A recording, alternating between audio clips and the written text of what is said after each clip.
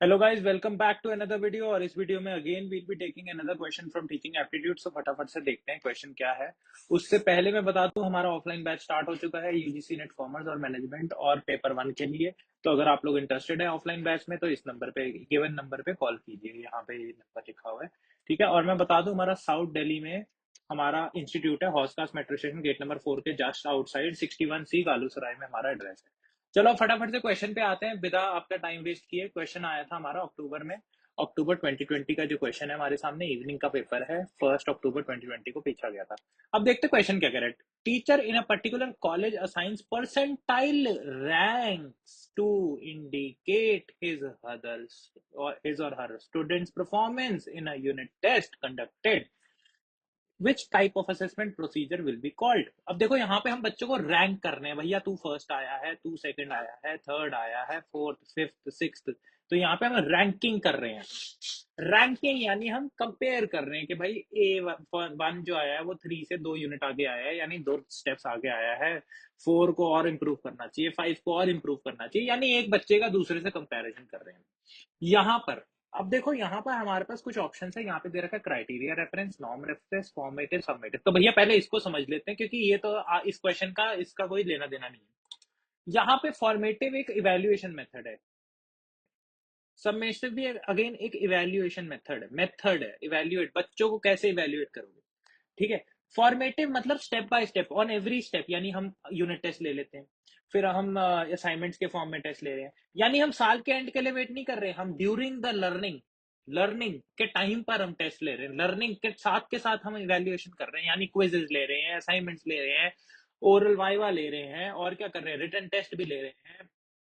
Formative summative मतलब साल के एंड में, जैसे पहले होता था कि भाई पूरा साल पढ़ो, लास्ट में बोर्ड्स का पेपर दे देना, ठीक है। पूरे साल के मार्क्स नहीं जुड़ेंगे, सिर्फ लास्ट के बोर्ड्स के मार्क्स जुड़ेंगे। ग्रेजुएशन में भी ये होता था कि पूरा साल पढ़ो, लास्ट में एक बार पेपर होंगे, लास्ट में एक बार इवेल्युएशन हो जाएगी। तो कौन सी अच्छी है बच्चों? फॉर्मेटिव, जहां पे हम बच्चे का learning by during the learning process हम इवेल्युएट करें। क्या पता बच्चे ने पूरा साल पढ़ा और लास्ट में तबीयत खराब हो गई, पेपर के टाइम पे मार्क्स नहीं आ पाए। तो इसलिए फॉर्मेटिव ज्यादा इंपॉर्टेंट है। तो इवैल्यूएशन मेथड कौन सा अच्छा है? फॉर्मेटिव। तो यहाँ पे ये दोनों के बीच में डिफरेंस आपको पता चल गया, जिस जो दोनों ही इसका आंसर नहीं है, क्योंकि यहाँ पे हम बात कर रहे हैं, हम बच्चे को इवैल्यूएट तो कर रहे हैं, ठीक है, कैसे असेसमेंट प्रोसीजर, हम कैसे असेस कर रहे हैं, किस तरीके से हम उसको असेस कर रहे हैं, ठीक है। कह रहा है रैंक्स देकर हम असेस कर रहे हैं। परसेंटाइल, परसेंटाइल होता है, आपको पता ही होगा परसेंटाइल स्कोर, आपका यूजीसी नेट का भी एग्जाम का परसेंटाइल आता है, लिख के आता है ना 98.6677 परसेंटाइल, यानी कि आप 98% लोगों से ज्यादा अच्छे मार्क्स लाए हो, आपकी रैंक 98% लोगों से ज्यादा आगे आई है, यानी आप टॉप 2 में परसेंट में आ रहे हो, टॉप 1% के पास में जा रहे हो आप, ठीक है। ये क्या है? अब देखो क्राइटेरिया रेफरेंस, यहाँ पे हमने क्राइटेरिया बना दिया कि भाई जितने बच्चे 40% से ज्यादा मार्क्स लाएंगे कॉलेज में तो वो क्वालिफाइड है, यानी वो पास हो गए, ठीक है। स्कूल में भी होता है 33% मार्क्स से ज्यादा लाने पड़ेंगे अगर आपको पास होना है, ठीक है। ये क्राइटेरिया है, ये क्राइटेरिया हमने बना दिया कि भाई अगर आपको डिग्री चाहिए तो आपको मिनिमम 40% मार्क्स आपके लेवल पे आने चाहिए, ग्रेजुएशन लेवल पे या पोस्ट ग्रेजुएशन लेवल या स्कूल लेवल पर। अगर आपको पास होना है तो 40% लाने हैं, क्राइटेरिया हमने बना दिया। उसमें हमने बोल दिया कि भाई जिस बच्चे के 60% से ज्यादा आ गए तो वो फर्स्ट डिवीजन कहलाएगा, 50 से 60 के बीच में आए तो उसको सेकंड डिवीजन बोल देंगे, और 50 से नीचे आए तो थर्ड डिवीजन बोलते हैं, याद, यस और नो, ठीक है।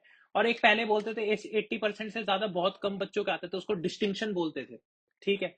तो ये हमने क्राइटेरिया सेट कर दिया।